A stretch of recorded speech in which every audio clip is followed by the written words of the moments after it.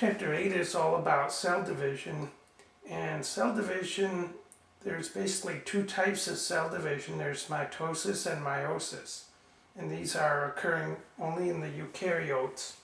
In the prokaryotes you don't have these because in prokaryotes the cell has only a single chromosome, and so the division is a simpler process called binary fission. And in that case the cell grows and the single chromosome replicates, and then the two replicated copies separate to opposite cells and the cell divides. But in eukaryotes, because you have many chromosomes, the process is more complicated. So mitosis is part of a larger cell cycle. So this circle represents a cell cycle, and the different stages are shown in their relative lengths. So most of the cell cycle, about 90% of it, is called interphase, and that consists of three parts.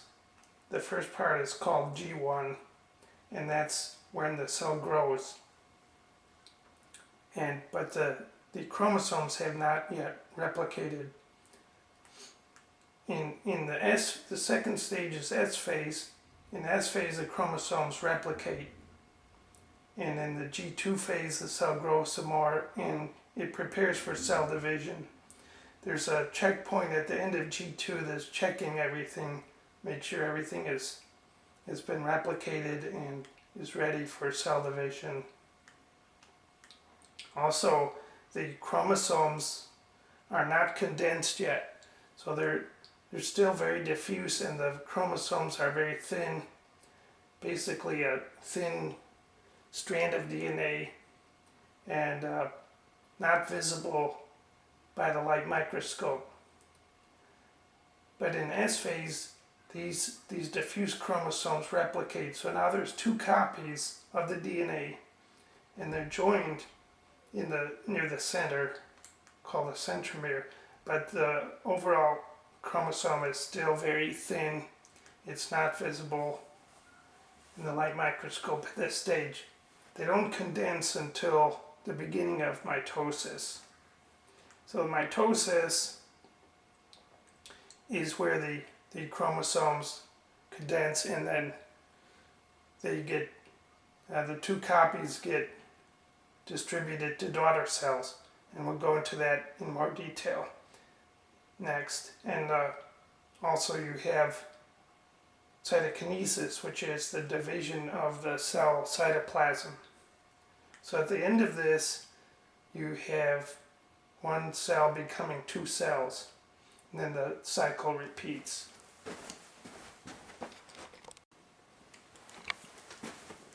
In mitosis there's 4 stages, and they're called prophase, metaphase, anaphase, and telophase. In prophase, the centrosomes start to separate. So initially they're both on one side of the cell, and they start to move apart and move to opposite poles of the cell. And also microtubules start to grow out of the centrosomes. In the nucleus, the chromosomes have condensed, so now they're very thick. They can be seen with the light microscope, and you can now see the two identical copies of the chromosome connected at the centromere, and these are called the sister chromatids. In the next stage, the metaphase, the chromosomes line up in the center of the cell in a single file. So in this example I'm just showing 3 chromosomes for simplicity, but there could be many more than that. But they all line up in single file, and the centrosomes have moved to opposite poles of the cell, and microtubules have grown out of the centrosomes, and one of them is connected to each side of each chromosome. and there's little patches of protein called the kinetochores where the microtubule connects. And each sister chromatid is connected to a microtubule. One sister chromatid is connected to the microtubule from the centrosome at one pole, and the other is connected to the centrosome at the other pole by the microtubule. In the next stage, anaphase, the two sister chromatids separate so that centrosome, or centromere I should say, divides, and so now each sister chromatid is separate and it gets pulled to opposite poles by the shortening of the microtubules that they're connected to. But also at the same time, there's some microtubules that are not connected to chromosomes. These actually lengthen, and that has the effect of elongating the cell. Then at the next stage, telophase, the sister chromatids are pulled to opposite poles, and they're at the opposite poles, and the microtubules have been contracted, and the centrosomes no longer have the spindle, and the nuclear envelopes start to reform. And then the final step would be cytokinesis, where the cytoplasm would divide. So in an animal, there'd be a ring of actin filaments that would pinch this off, so that you'd get the cell dividing here. In plants, you have a cell wall form in the center.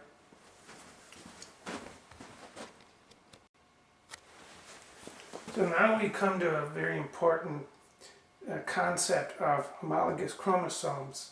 So this concept is very central in biology and very important for understanding the rest of chapter 8 and pretty much all of chapter 9. So this is a critical concept, and it's the idea that each chromosome is part of a pair of chromosomes. So the two members of each pair derive from the parents. So when the gametes fuse, when the egg and sperm fuse, these two chromosomes come together, and so there's thus a paternal chromosome and a maternal chromosome for each pair. So here I've shown an example. So here's a homologous pair of chromosomes, and we have the paternal chromosome and the maternal chromosome. Now, a couple of important things here is that on the homologous pair of chromosomes, they both have the same genes along their length. So a chromosome can have hundreds or even thousands of genes along its length, and the homologous pair has the same genes along its length. But the version of the gene can be different. So in this case, I'm showing the paternal chromosome having a version of the gene, of the A gene, as big A, capital A. And on the maternal chromosome, I'm showing it as having a lowercase a. So in this case, the A gene, it's the same gene, but they're two different versions of the gene. They're two different forms that differ in the DNA sequence. And so we say that the big A and little a forms of the gene are called alleles. They're two different versions of the gene. So in a homologous pair of chromosomes, that you can have a different allele on the paternal and maternal chromosome. But also notice that they don't have to be different. They could be the same. So in the case of this B gene, they have the same allele. In the case of the A gene, they have a different allele.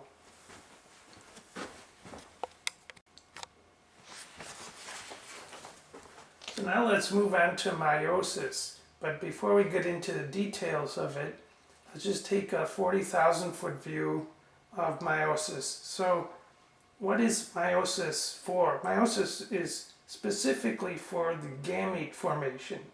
So this is the formation of the eggs and sperm. And it doesn't occur anywhere else in the body, just in the sex organs.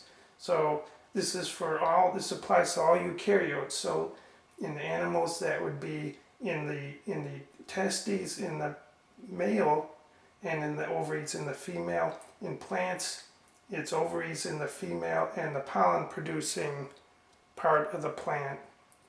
And that varies depending on whether it's a flowering plant or a non-flowering plant, but they all produce pollen. So that pollen is where the pollen producing organ is where the male gamete is formed. And then this also applies to fungi and to protists. So all the eukaryotes, this is occurring. So meiosis takes the sperm precursor cell, and it reduces the number of chromosomes from the 2n or diploid number to the haploid or 1n number. Same for the eggs. So this is sperm formation, this is egg formation. Then the haploid cells fuse to form the fertilized egg, and that reestablishes the diploid chromosome number. So in the case of humans, it's 46 chromosomes total, but they're in 23 pairs because each one is part of a pair of chromosomes. And this is where 23andMe comes from, that company. I guess they sequence all the chromosomes, but they, I guess, like that 23andMe because it rhymed.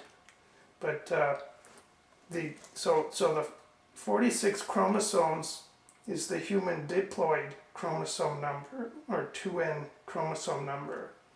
And the 23 is the haploid chromosome number, or 1n.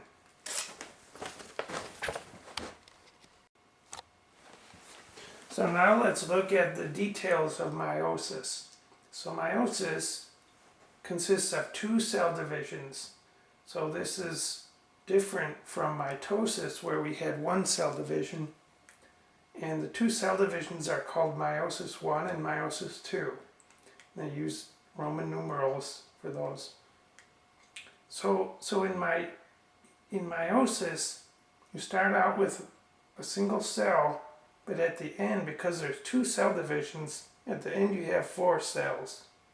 In mitosis, start with one cell, and it divides and we get 2 cells. But meiosis, one cell divides twice to give 4 cells.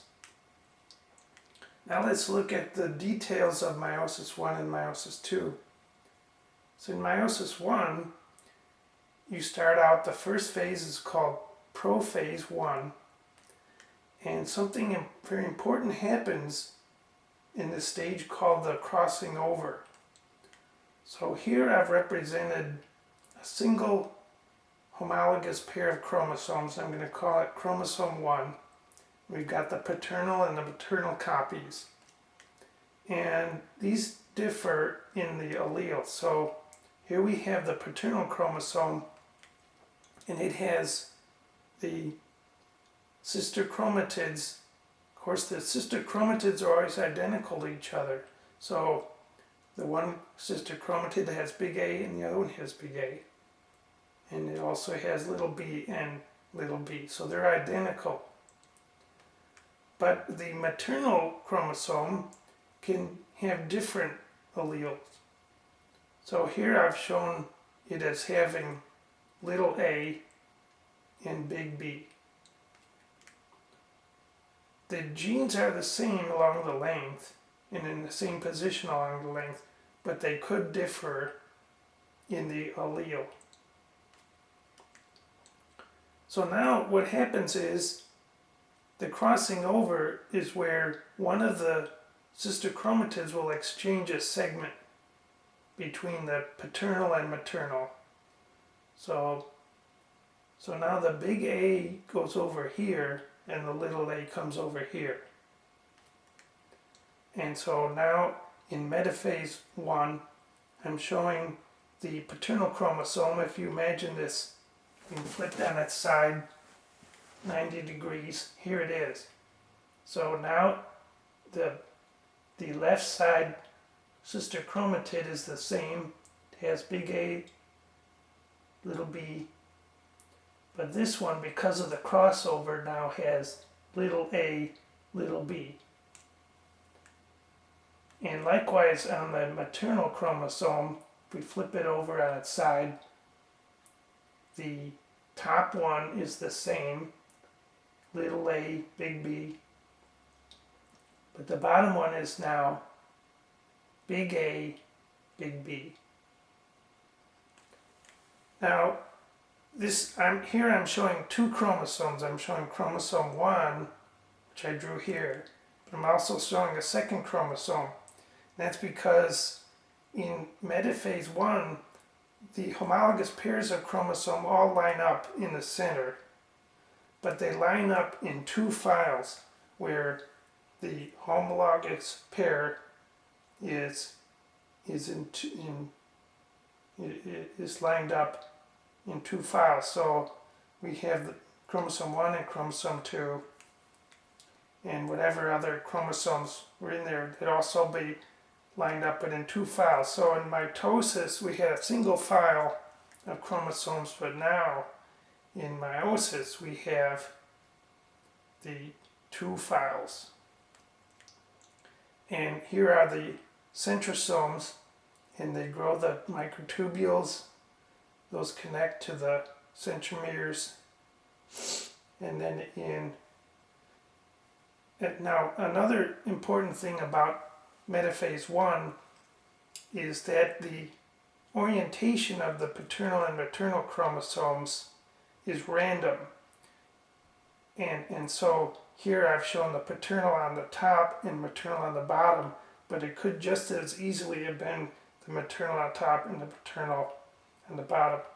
Here for chromosome 2, I'm showing the reverse. I'm showing maternal on top and paternal on the bottom.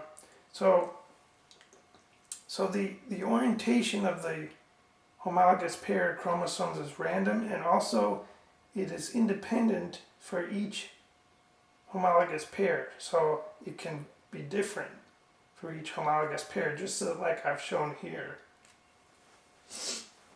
That's called independent assortment along the metaphase plate.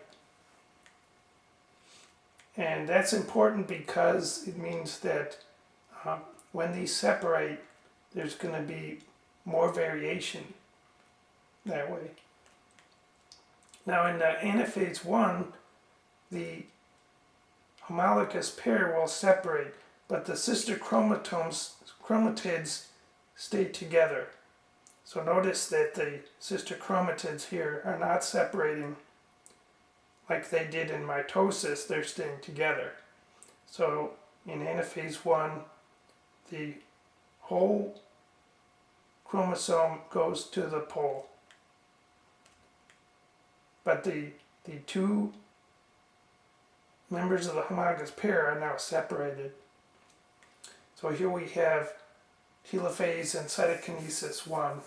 So now we've got the paternal copy, chromosome 1, in one daughter cell, and the maternal copy of chromosome 1 in the other daughter cell. So notice that the chromosome number now has been cut in half, because here we had two copies of chromosome 1, but after meiosis 1, at the end of meiosis 1, we have only one copy of chromosome 1 in each daughter cell. So we've gone from the 2n chromosome number to the 1n chromosome number. Now, in meiosis 2 is identical to mitosis. So the sister chromatids now separate, and you get a single chromatid in the daughter cells.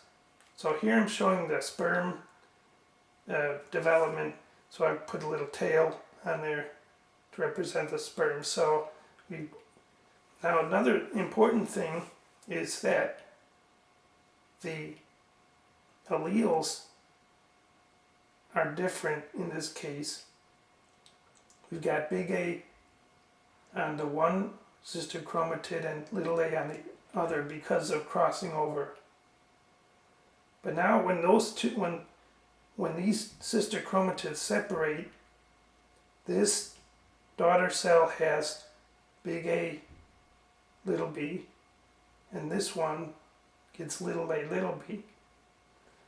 Over here, this one has got the maternal chromosome, so they had the big A, big B on the one sister chromatid and little a, big B on the other. So now at the end of meiosis 2, you have 4 daughter cells, and each one is genetically distinct. They're all different from each other. That's due to the crossing over and the independent assortment of the homologous pairs on the metaphase plate.